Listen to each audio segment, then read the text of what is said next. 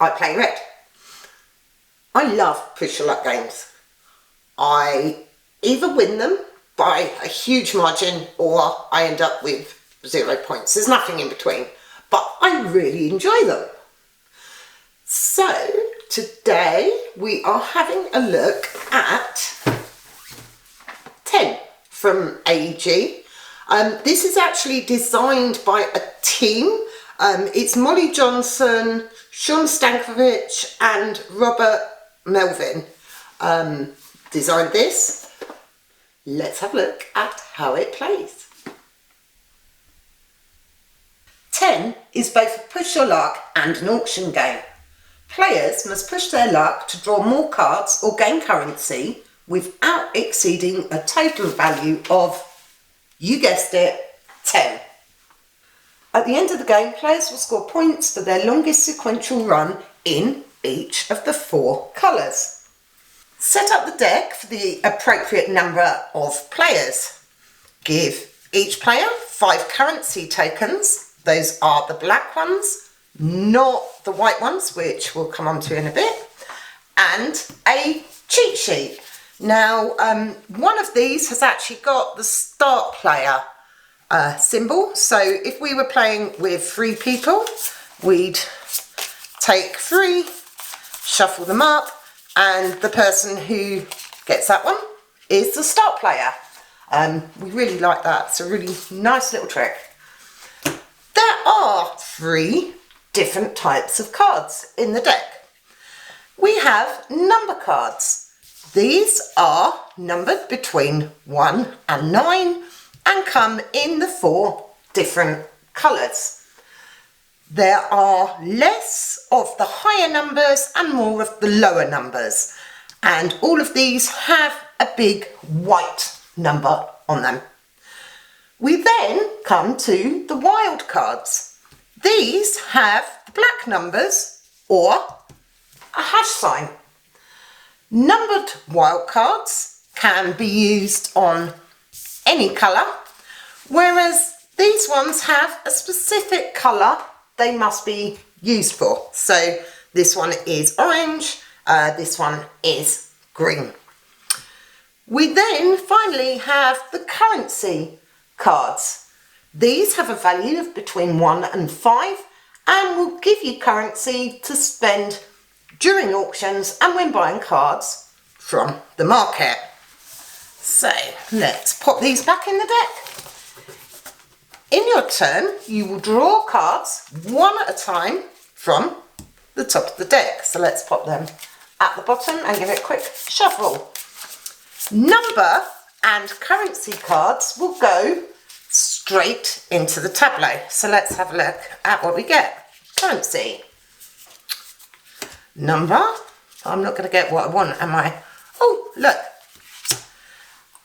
As soon as you draw a wild card, your turn is stopped and an auction will take place. When an auction happens, start with the player to the left of the active player and start bidding. You must bid more than the previous player or pass. Everyone has one opportunity in the auction. So the auction will finish with the active player. Players will pay with either currency tokens, bust tokens, or cards. Each card is worth 1 currency, and we'll come on to that in a bit. The winning player will pay the bid, take the card, and we'll go back to the active player's turn. As you draw cards into the tableau, keep track of the total. Each number card adds to your total dependent on its value. Each currency card you draw subtracts from that total. So currently I have a total of 3 in this tableau. Oof. So that is actually exactly on 10. So I'm fine there. You will go bust if you either have a positive total of more than 10 or currency cards with a total of more than 10. If I was to keep drawing and went bust, I get to take a bust token, which we've mentioned. These are actually worth 3 currency. If you use these to pay for anything, you're not going to get change, so use them wisely. If you go bust with number cards, which is the case here, the number cards will go into the market and become available for players to buy. All other players will then get any currency left in the tableau. So in this case, all other players would get 3 currency. Oops, I'm throwing these tokens everywhere. So Rob, you get 3 currency and the currency cards are discarded. Play would then continue with the next player. However, if I'd stopped at a sensible time, let's go back to my 10 here, exactly 10, which is nice. I can either take all of the number cards or all of the currency cards. If I were to take the number cards, these will go in front of me, and again, all of my opponents will get the currency shown, and the currency is then discarded. Now I've taken number cards, I have a chance to buy cards in the market. Now here's that 5 that shouldn't be there. So I'd have the opportunity to buy that 5, and it would cost me 5. So I could use my bus token for 3 and 2 currency tokens for 5 and take that and pop that into my tableau.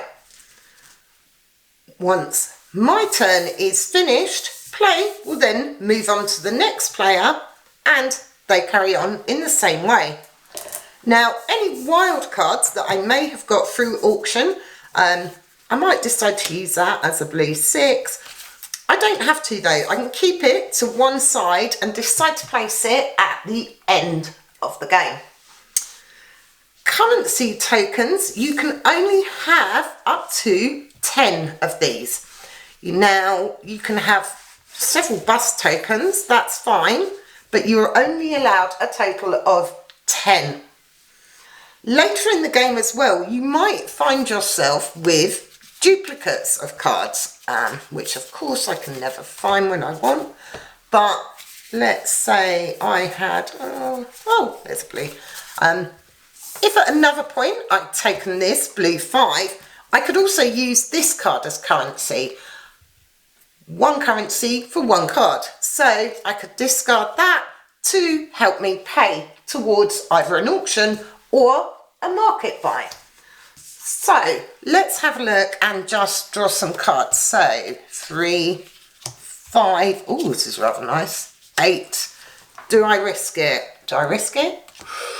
Oh, so that now actually has me at a total of 7.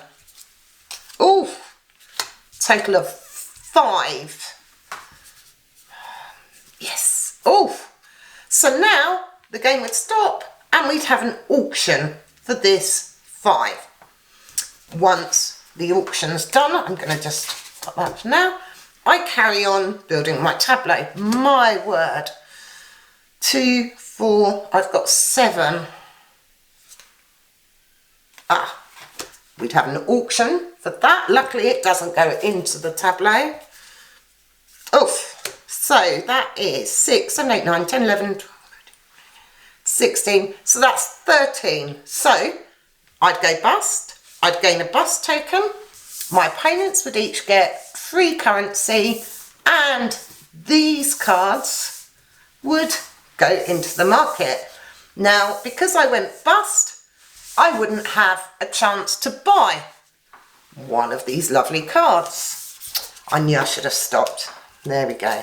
So let's just 5, 8, 13, bust straight away. So marketplace, but at least my opponents didn't get any currency. 4, 5, 13. And this is why I'm not very good at push your luck games.